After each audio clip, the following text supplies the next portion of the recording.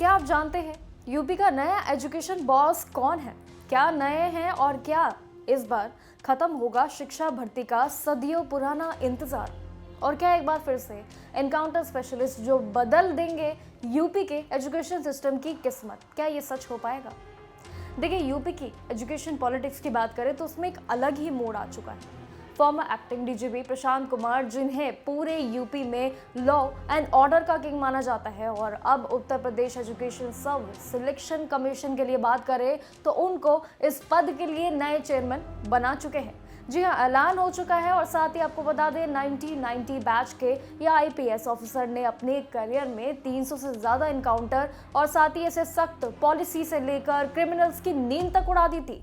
लेकिन अब उनका मिशन गन नहीं बल्कि पेन की ताकत को संभालना है, काम को संभालना है। देखिए, लाखों उम्मीदवार काफी सस्पेंस में है, काफी तरीके के सवाल उनके मन में है कि क्या एक रिटायर्ड सुपर कॉप की एंट्री से पेंडिंग एग्जाम्स और रिक्रूटमेंट प्रोसेस में ये बुलेट जैसी ट्रेन वाली रफ्तार आ पाएगी या नहीं, या फिर चीटिंग करने वालों पर सीधा एक्शन इस बार लिया जाएगा, कुछ बदलाव होगा या नहीं। देखिए, प्रशांत कुमार की प्रोफाइलिंग तो काफी फैक्ट से भरी हुई है। जब आप जानेंगे तो काफी हैरान रह जाएंगे।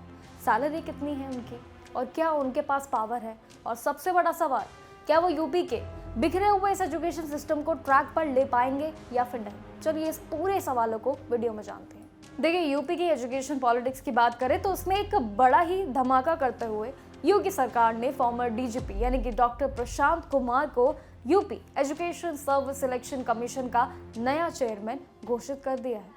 वहीं आपको बता दें कि बुधवार को कई ऐसे नए इस ऑर्डर ने पूरे स्टेट में एक हलचल ही मचा दी थी, क्योंकि प्रशांत कुमार सिर्फ एक आईपीएस ऑफिसर ही नहीं है, कई बड़े बड़े रोल्स हैं उनके, बल्कि एक गोल्ड मेडलिस्ट उसमें रह भी चुके हैं, जिन्होंने दिल्ली यूनिवर्सिटी से एमएससी में गोल्ड मेडल भी जरूर जीता है अपनी जिंदगी में, और साथ ही डिजास्टर मैनेजमेंट में एमबीए भी किया है, यानी कि काफी अच्छी क्वालिफिकेशन इनकी रही है, काफी सिलसिला रहा है।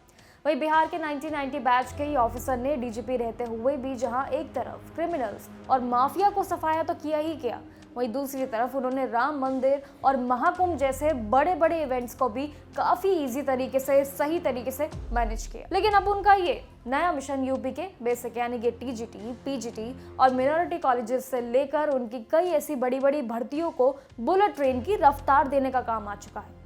वही लाखों उम्मीदवार अब सस्पेंस में है काफी कि क्या ऐसा ऑफिसर की एंट्री जो हुई है, जिससे 4 बार प्रेसिडेंट पॉलिसी की बात करें तो मेडल भी उनको मिल चुका है, और यूपी का बिखरा हुआ ये एजुकेशन सिस्टम वाकई में संभाल पाएंगे, ट्रैक पर लेकर आ पाएंगे या नहीं? वेल, ये नित्य सिर्फ एक पोस्ट नहीं है, बल्कि यूपी के उस युवाओं के लिए और सभी उम्मीदवारों के मन में वो सभी के सवाल है नौकरियों को लेकर, क्या सच में रफ्तार हो पाएगी इस बार तेज? देखिए, रिटायर्ड होने के बाद उनके लिए ये नई एंट्री इसलिए हुई है, खास करके आपको बता दें, उनका एकेडमिक रिकॉर्ड किसी टॉपर से कम नहीं है। जी हाँ, आपको ये जरूर बता दें कि वो पहले प्रोफेसर कीर्ति पांडे की इस पोजीशन पे पहले थी, जहां पर वो कमीशन की चेयरपर्सन थी। अब वो उन्हें रिप्लेस कर वो यहाँ पर आए हैं।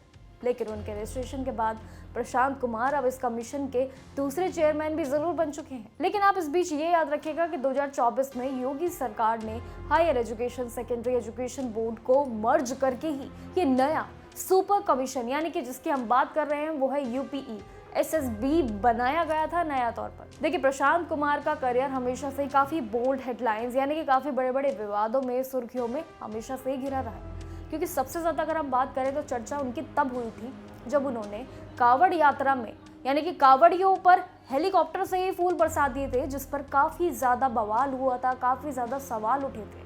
लेकिन उन्होंने इसे हर धर्म के त्योहार पर स्वागत के लिए एक परंपरा बताया उसको। वही परंपरा के बाद उन्होंने दूसरी तरफ भी एक मोड़ रखा, जहां पर 2020 हाथरस केसेस के दौरान उनके ये कहना था उनका कि एफएसएल रिपोर्ट के मुताबिक अगर हम बात करें तो रेप नहीं हुआ था इस केस में, बल्कि ये बड़ी डिबेट बन गई थी। उनके यही स्टेटमेंट कहते, जिसके तहत उन्हें ये साबित भी कर दिया गया प्रशांत कुमार ने सिर्फ एक पावर पैक्ड ऑफिसर ही नहीं है, बल्कि उन्होंने बड़े बड़े ऐसे फैसले लेने से कभी भी पीछे नहीं हटे हैं। कई बड़े बड़े फैसले लिए उन्होंने। यूपी के एजुकेशन रिक्रूटमेंट में अब एक नया पावर चैप्टर जरूर शुरू हो चुका है यूपी वालों के लिए, क्योंकि इसमें फॉर्मर डीजीपी यानी कि प्रशांत कुमार अब अगले 3 साल तक सेट हो चुके हैं। UP education service selection commission के लिए वो बॉस रहेंगे, और साथ ही ये पद उनके लिए चुना गया है, जिसका मतलब है कि अब हर टीचर भर्ती उनकी ही निगरानी में रहेगी।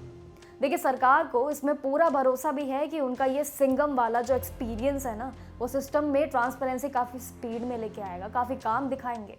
लेकिन क्या आप जानते हैं कि इस नई जिम्मेदारी के लिए उन्हें क्या क्या मिल रहा है? देखिए, प्रशांत कुमार को अगर हम बात करें तो हर महीने 1,70,000 से ज़्यादा यानी कि 1,75,000 रुपये एक फिक्स्ड सैलरी दी जाती है। लेकिन स्टेट के लिए अगर हम बात करें तो बाकी बड़े बड़े कमीशन के बराबर ही उनको रखा गया है। और इतनी ही नहीं, सैलरी के साथ साथ उन्हें एक शानदार सरकारी बंगला, लग्जरी गाड़ी, सिक्योरिटी स्टाफ और ऐसे कई ढेर सारे अलाउंसेस उनको मिल रहे हैं, यानी कि उनके लिए तो बम्पर ही एक लाइफ तय हो चुकी है। लेकिन बिना किसी टेंशन के देखिए अपना काम भी कर सकते हैं वो।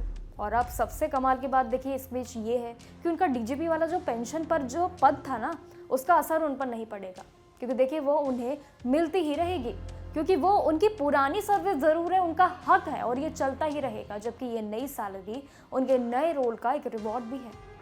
तो अब तैयार हो जाओ, क्योंकि यूपी में अब पेंशन प्लस सैलरी वाली सुपर कॉप की जो एंट्री है वो हो चुकी है, चालू हो चुका है काम। और साथ ही इसमें लटकी हुई जितनी भी भर्तियां थी वो अब रॉकेट की तरह तेज आने का समय आ चुका है, ऐसा उनका मानना है।